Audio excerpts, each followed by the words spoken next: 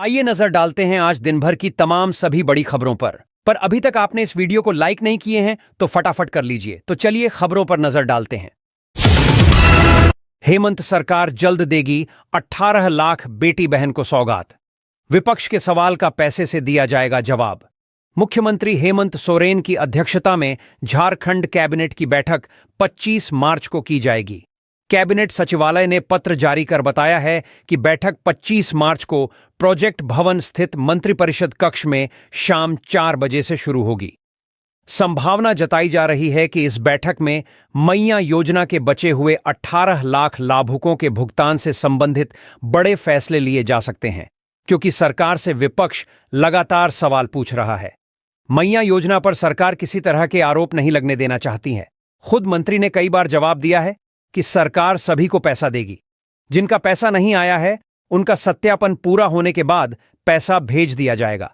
मंत्री इरफान अंसारी ने कहा कि मैया योजना में त्रुटि है, जिसे दूर करने के लिए अधिकारी काम कर रहे हैं। जल्द ही सभी बेटी बहन को पैसा भेजा जाएगा।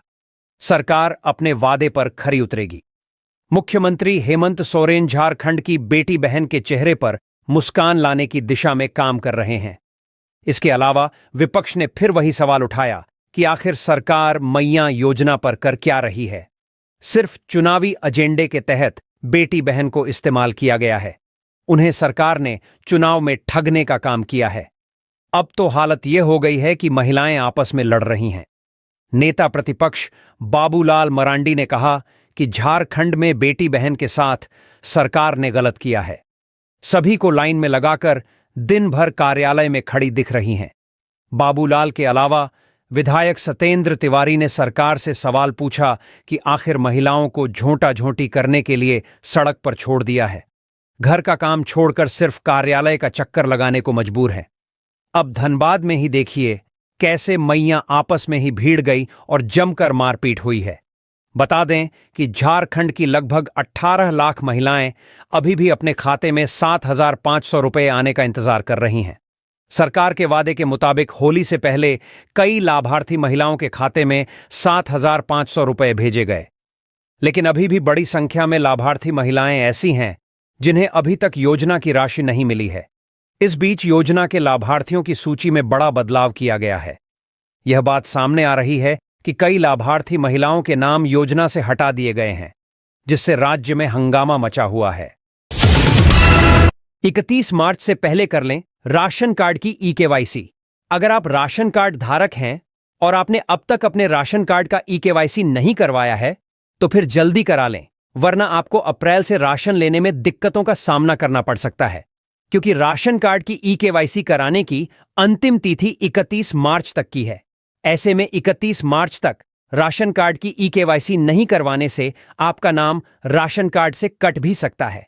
वहीं सभी के राशन कार्ड की ई-केवाईसी हो सके, इसके लिए 27 मार्च तक के लिए ई-केवाईसी सप्ताह का आयोजन किया गया है, जिसके तहत पीडीएस डीलर्स कार्डधारियों के घर घर जाकर उनके राशन कार्ड का ई-केवाईसी करवाएंगे।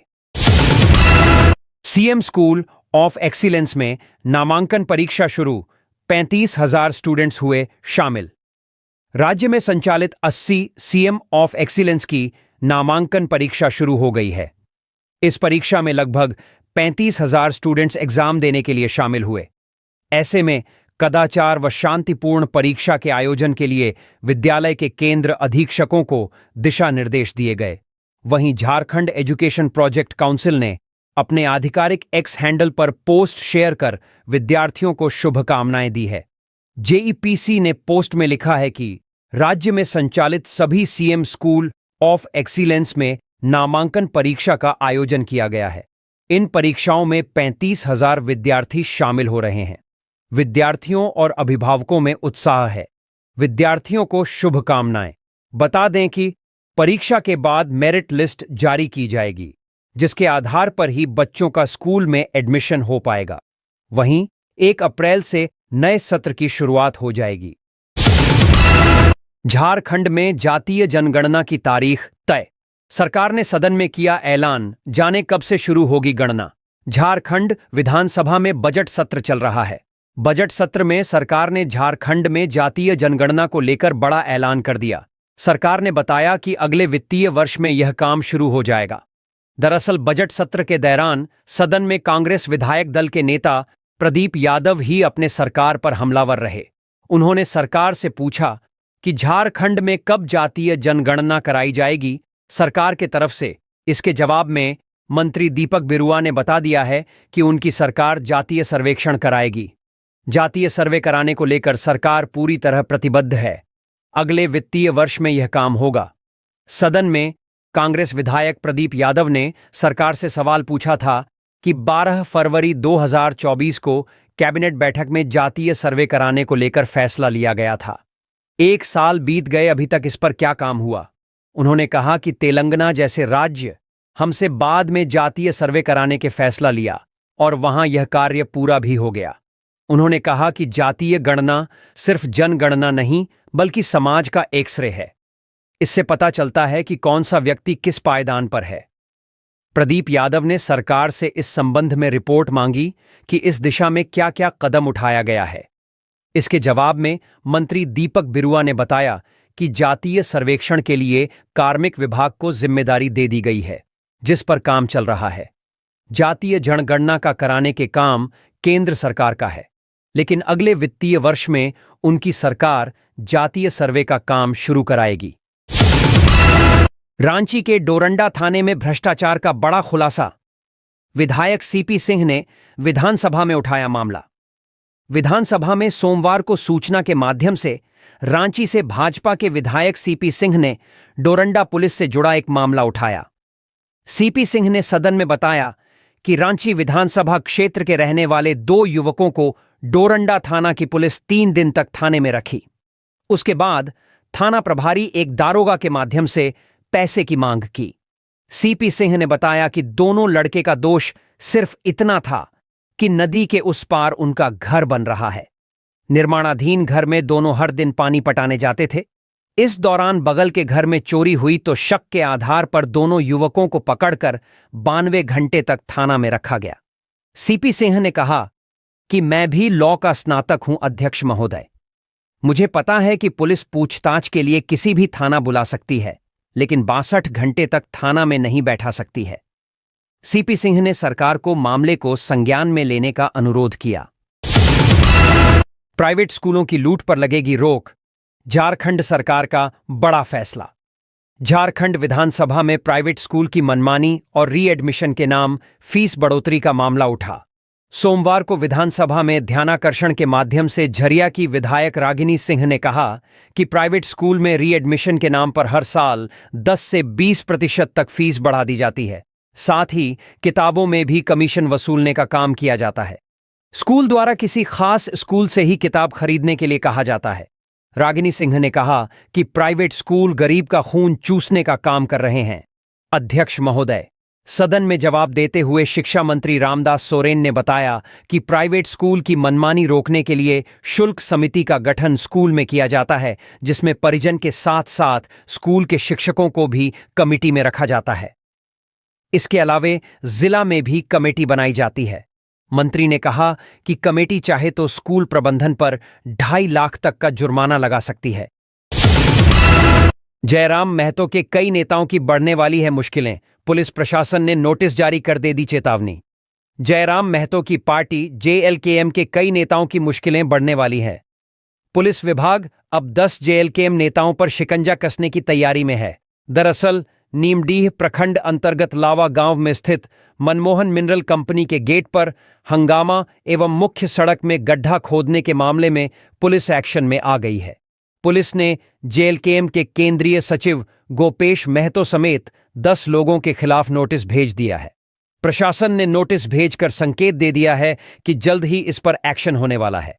आपको बता दें कि इसी साल 18 मार्च को मनमोहन मिनरल कंपनी के गेट के सामने कुछ लोगों ने सड़क में गड्ढा खोद दिया, जिससे मुख्य मार्ग पूरी तरह बाधित हो गया। यही नहीं, स्कूली बच्चों की गाड़ियां, मालवाहक गाड़ियां और कई गाड़ियां फंसी रह गईं। इस मामले में अब आरोपियों को पुलिस प्रशासन ने नोटिस जारी किया है। नोटिस में कहा गया है कि साफ कर दिया है कि यदि आरोपी कानूनी प्रक्रिया में सहयोग नहीं करते तो जल्द ही कड़ी कार्रवाई की जाएगी।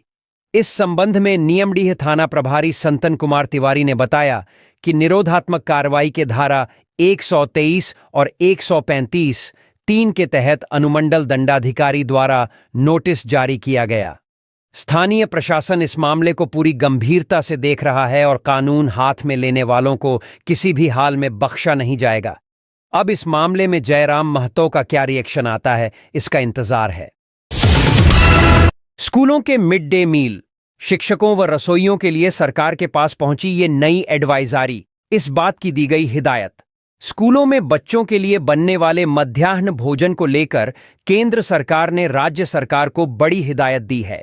केंद्र ने पत्र लिखकर हेमंत सरकार को कहा है कि पीएम पोषण योजना के तहत बच्चों के मध्याह्न भोजन बनाने में खाद्य तेल के उपयोग में 10% की कमी लाएं। हालांकि ये एडवाइजरी सिर्फ झारखंड के लिए नहीं है, केंद्र ने हर राज्य में ये सुझाव भेजा है, जिस पर अमल लाने का निर्देश दिया गया है। केंद्रीय शिक्षा मंत्रालय ने इसे लेकर एडवाइजरी जारी की है। बच्चों में मोटापा तथा ओवरवेट की बढ़ समस्या को देखते हुए यह सलाह दी गई है। एडवाइजरी में खाद्य तेल के अत्यधिक सेवन के प्रतिकूल प्रभावों और मोटापे से इसके संबंध के बारे में छात्रों को शिक्षित करने की तत्काल आवश्यकता बताई गई है। केंद्र ने अपनी एडवाइजरी में कहा है कि न केवल मध्याह्न भोजन बल्कि घरों में बनने वाले खाना में भी तेल के इस्तेमाल में 10% की कमी लाएं। यह भी कहा गया है कि शिक्षकों, अभिभावकों, स्कूली छात्रों और समुदाय के सदस्यों में नए नए तरीकों से जागरूकता बढ़ाने की आवश्यकता बताई है। स्कूलों में सभी रसोइया सह सहायकों को खाना पकाने के तेल के इस्तेमाल को 10% तक कम करने के लिए प्रशिक्षित करने का सुझाव दिया गया है। साथ ही प्रशिक्षण कार्यक्रमों में कम तेल वाले आहार और स्वस्थ व्यंजनों पर सत्र आयोजित करने के लिए पोषण विशेषज्ञों को आमंत्रित करने की बात कही गई है। मध्याह्न भोजन बनाने में तेल की खपत के प्रति सचेत रहने और डीप फ्राइंग के बजाय ग्रिलिंग, स्टीमिंग या बेकिंग जैसे स्वास्थ्यवर्धक खाना पकाने के तरीके अपनाने पर जोर दिया गया है। हेमंत सरकार एक्शन में, मंत्री ने अधिकारियों को दिया कड़ा निर्देश, नुकसान की भरपाई कर तुरंत प्रस्ताव भेजें। झारखंड में बेमौसम की बारिश किसानों पर आफत बनकर टूटी है। किसानों को इस बारिश और वज्रपात से काफी नुकसान हुआ है। किसानों की परेशानी पर हेमंत सरकार अब तुरंत एक्शन के मूड में है। अतिवृष्टि, ओलावृष्टि और वज्रपात से फसलों को भारी नुकसान तो हुआ ही है, कई जिलों में जनधन की हानि भी हुई है। इसे देखते हुए राज्य सरकार ने प्रभावितों को राहत पहुंचाने की प्रक्रिया तेज कर दी है। आपदा प्रबंधन विभाग के मंत्री डॉक्टर इरफान अंसारी ने सभी जिलों में तत्काल राहत कार्य शुरू करने के निर्देश दिए हैं। मंत्री डॉक्टर इरफान अंसारी ने सभी उपायुक्तों को निर्देशित किया है कि वे अपने अपने क्षेत्रों में हुई क्षति का शीघ्रता से आकलन करें। उन्होंने यह भी कहा कि प्रभावित किसानों और परिवारों को जल्द से जल्द अनुग्रह अनुदान उपलब्ध कराया जाए। इसके लिए उपायुक्तों को 2 दिनों के भीतर रिपोर्ट प्रस्तुत करने के निर्देश दिए गए हैं।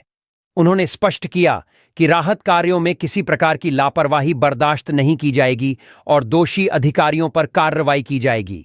मंत्री ने कहा कि झारखंड सरकार हर स्थिति से निपटने के लिए पूरी तरह तैयार है। राज्य के आपदा प्रबंधन विभाग को सतर्क कर दिया गया है और प्रभावितों को शीघ्र राहत पहुंचाने के लिए हर संभव प्रयास किया जा रहा है।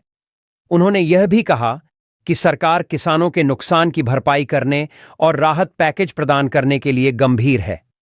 इससे पहले कृषि मंत्री शिल्पी नेहा तिर्की, सांसद सुखदेव भगत, पूर्व सांसद धीरज साहू, कोलेबिरा विधायक नमन विक्सल कोंगाड़ी, खिजरी के विधायक राजेश कच्छप, डाल्टनगंज विधायक आलोक चौरसिया और रामगढ़ की विधायक ममता देवी सहित कई जनप्रतिनिधियों ने मंत्री से मुलाकात कर अपने क्षेत्रों में हुई क्षति की जानकारी दी। इसके बाद मंत्री ने आश्वासन दिया कि सरकार प्रभावितों को जल्द से जल्द मुआवजा उपलब्ध कराएगी। राज्य सरकार आपदा प्रभावितों की हर संभव सहायता करने के लिए प्रतिबद्ध है। सरकार की प्राथमिकता है कि किसानों और आम जनता को जल्द राहत मिले और उनकी क्षति की भरपाई हो सके। ये राजपूत है ना, इसलिए हमसे नफरत करता है, लगता है वोमिटिंग कर देगा। सीपी सिंह ने शिखंडी का दिया उदाहरण तो इरफान बोले ये बात। इरफान अंसारी और सीपी सिंह के बीच एक बार फिर तनातनी शुरू हो गई है। सीपी सिंह के बयान से खफा इरफान अंसारी ने कहा है कि वो राजपूत हैं, इसलिए मुस्लिमों से नफरत करते हैं।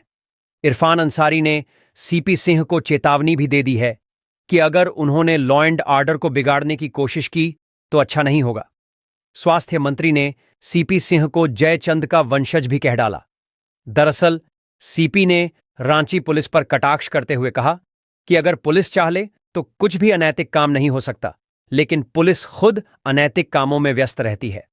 सीपी सिंह ने मीडिया से बातचीत करते हुए कहा, जिस तरह सूरज और चांद यूनिवर्सल ट्रुथ है, ठीक उसी तरह यह भी सच्चाई है कि अगर पुलिस चाहे तो वेश्यावृत्ति नहीं हो सकती। उन्होंने कहा कि यह पुलिस वाले सिर्फ वही पुरुषार्थी बनते हैं जहां के लोग प्रतिरोध नहीं करते हैं। सीपी सिंह ने आगे कहा कि उन्होंने देखा है कि कैसे करबला चौक पर एक सिटी एसपी की पिटाई और उनका गाड़ी जला दिया गया था, कैसे कोरोना काल में हिंद पीढ़ी में एक डीएसपी की पिटाई हुई थी और कैसे मेन रोड में दारोगा की पिटाई हुई थी। ये पुलिस के लोग तब उन जगहों पर शिखंडी बन जाते हैं। विधायक ने कहा कि इनका पुरुषार्थ सिर्फ रातू रोड, हरमू और किशोरगंज में दिखता है। सीपी सिंह ने कहा कि ईद के बाजार के नाम पर मेन रोड को जाम कर देने पर इन पुलिस वालों का पुरुषार्थ कहां चला जाता है।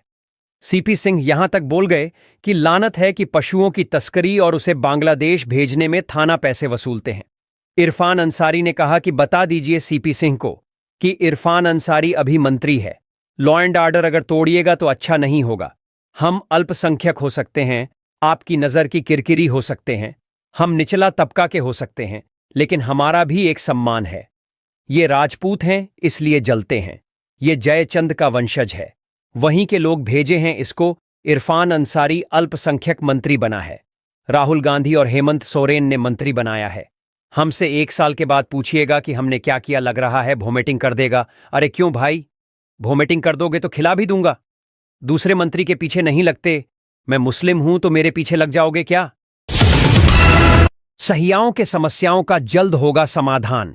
सहियाओं के समस्याओं का जल्द समाधान हो सकता है, स्वास्थ्य मंत्री ने इस बात के संकेत दिए हैं। जामताड़ा में सहियाओं के सम्मेलन में पहुंचे स्वास्थ्य मंत्री ने कहा कि स्वास्थ्य व्यवस्था को सुचारू रूप से संचालित करने में सहियाओं का योगदान काफी बड़ा है। उनकी समस्याओं के समाधान पर सरकार विचार करेगी। स्वास्थ्य मंत्री इरफान अंसारी के आवास पर सहिया सम्मेलन का आयोजन किया गया। सम्मेलन में काफी संख्या में सहियाओं ने भाग लिया। इस दौरान स्वास्थ्य मंत्री सहियाओं की समस्याओं की जानकारी ली। उन्होंने सहियाओं को आश्वासन दिया है कि सरकार उनकी मांगों पर जल्द विचार करेगी। स्वास्थ्य मंत्री ने कहा कि हर जिले में सहिया सम्मेलन का आयोजन कराया जाएगा। इस दौरान उनकी समस्याओं को सुना जाएगा और दूर किया जाएगा। इसके माध्यम से सहियाओं की समस्या से अवगत हुआ जाएगा। स्वास्थ्य सेवा सहिया बहनों के सहयोग से चल रही है, उनकी परेशानी को दूर करना सरकार की जिम्मेदारी है। सहिया बहनों की जो भी समस्याएं हैं और जो मांगे हैं, सरकार उस पर फिर से विचार करेगी। जिला से सहिया की समस्या को लेकर जो फीडबैक आएगा, मुख्यमंत्री हेमंत सोरेन से वार्ता कर कुछ रास्ता निकाला जाएगा। न नौकरी में आरक्षण न पेंशन। आरक्षण के मुद्दे पर हेमंत सरकार की दो टूक। इन्हें ना तो आरक्षण का मिलेगा लाभ, ना ही दिया जाएगा पेंशन। झारखंड सरकार ने आरक्षण के मुद्दे पर अपनी स्थिति साफ कर दी है। विधानसभा में शनिवार को भाजपा विधायक अमित कुमार यादव के सवाल पर राज्य सरकार ने स्पष्ट कर दिया कि वनांचल आंदोलनकारियों को पेंशन, नौकरी में आरक्षण या किसी अन्य प्रकार का लाभ नहीं मिलेगा। यह सुविधाएं केवल झारखंड आंदोलनकारियों के लिए निर्धारित की गई हैं। इस मुद्दे को लेकर सदन में सत्ता पक्ष और विपक्ष के बीच नोकझोंक भी देखने को मिली। दरअसल झारखंड विधानसभा में शनिवार को एक अहम मुद्दे पर चर्चा हुई, जिसमें वनांचल आंदोलनकारियों को पेंशन एवं अन्य सरकारी लाभ न दिए जाने का मामला उठा।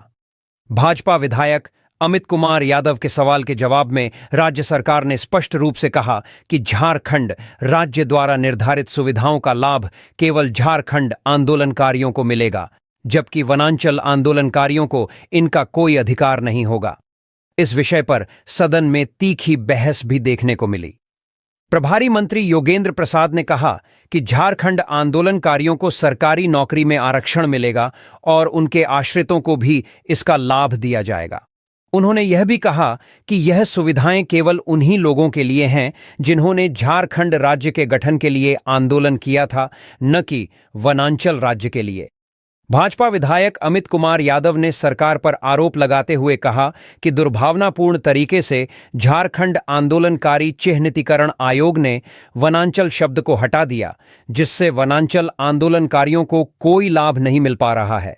उन्होंने तर्क दिया कि वनांचल आंदोलनकारी भी अलग राज्य की मांग को लेकर जेल गए थे, फिर उनके साथ भेदभाव क्यों किया जा रहा है। भाजपा विधायक सीपी सिंह ने भी इस विषय पर सरकार को घेरा और कहा कि अलग राज्य आंदोलन का नाम कुछ भी हो, लेकिन लड़ाई लड़ने वालों को उनका हक मिलना चाहिए। उन्होंने पूर्व मंत्री समरेश सिंह का उदाहरण देते हुए बताया कि उनके नेतृत्व में झारखंड, ओडिशा और पश्चिम बंगाल के कुछ हिस्सों को मिलाकर वनांचल राज्य के गठन के लिए आंदोलन किया गया था। इस पर मंत्री सुदिव्य कुमार ने जवाब देते हुए कहा कि झारखंड आंदोलनकारी चिह्नितीकरण के लिए कुछ मानक तय किए गए हैं और केवल उन्हीं लोगों को लाभ मिलेगा जो इन मानकों को पूरा करते हैं। उन्होंने यह भी कहा कि वनांचल आंदोलन में जेल जाने वाले या लाठी खाने वाले आंदोलनकारी ढूंढने से भी नहीं मिलेंगे। झामुमो विधायक हेमलाल मुर्मू ने इस मुद्दे पर अपनी प्रतिक्रिया देते हुए कहा कि झारखंड आंदोलन में सबसे महत्वपूर्ण भूमिका झामुमो और दिशोम गुरु शिबू सोरेन की रही है। उन्होंने भाजपा को चुनौती देते हुए पूछा कि उनकी पार्टी के कितने नेताओं ने इस आंदोलन में लाठी खाई या जेल गए। उन्होंने यह भी सवाल उठाया कि भाजपा की झारखंड अलग राज्य बनाने में क्या भूमिका रही। इस पूरे घटनाक्रम के बाद यह स्पष्ट हो गया कि वनांचल आंदोलनकारियों को किसी भी प्रकार की सरकारी सहायता या आरक्षण नहीं मिलेगा। झारखंड सरकार के इस रुख से यह मामला और अधिक तूल पकड़ सकता है, क्योंकि विपक्ष इसे लेकर लगातार हमलावर रुख अपनाए हुए है। झारखंड में अभ्यर्थियों के लिए सरकार लेकर आई बड़ी खुशखबरी। इन पदों पर होगी बम्पर बहाली। झारखंड में पुलिस में नौकरी करने के इच्छुक अभ्यर्थियों के लिए बड़ी खबर सामने आई है। राज्य की हेमंत सरकार अब पुलिस बल के विभिन्न इकाइयों में बम्पर बहाली करने वाली है। बता दें, झारखंड के राज्यपाल संतोष कुमार गंगवार ने पुलिस, कक्षपाल, होमगार्ड, उत्पाद सिपाही संयुक्त भर्ती नियमावली 2025 को स्वीकृति दे दी है। इसके बाद गृह विभाग ने इससे संबंधित गजट भी जारी कर दिया है। इसके तहत पुलिस जिला इकाई, झारखंड सशस्त्र पुलिस, राज्य औद्योगिक सुरक्षा बल सहित कक्षपाल, सिपाही गृह रक्षा वाहिनी तथा उत्पाद सिपाही की सीधी नियुक्ति होगी। यह नियुक्ति परीक्षा झारखंड कर्मचारी चयन आयोग की अनुशंसा पर होगी। सभी पदों पर सीधी नियुक्ति के लिए न्यूनतम आयु सीमा 18 वर्ष होगी। शारीरिक मापदंड: सामान्य BCWS के लिए ऊंचाई 160 सेंटीमीटर व सीना 81 सेंटीमीटर, जबकि SC/ST के लिए क्रमशः 155 सेंटीमीटर तथा 79 सेंटीमीटर होना चाहिए। महिलाओं की सभी कोटि के लिए ऊंचाई 148 सेमी तथा सीना पर नियम लागू नहीं होगा। पुरुषों के लिए 1600 मीटर की दौड़ के लिए 6 मिनट व महिलाओं के लिए 1600 मीटर की दौड़ के लिए 10 मिनट निर्धारित किया गया है। शारीरिक मापदंड: दक्षता परीक्षा में सफल अभ्यर्थी ही लिखित परीक्षा के पात्र होंगे।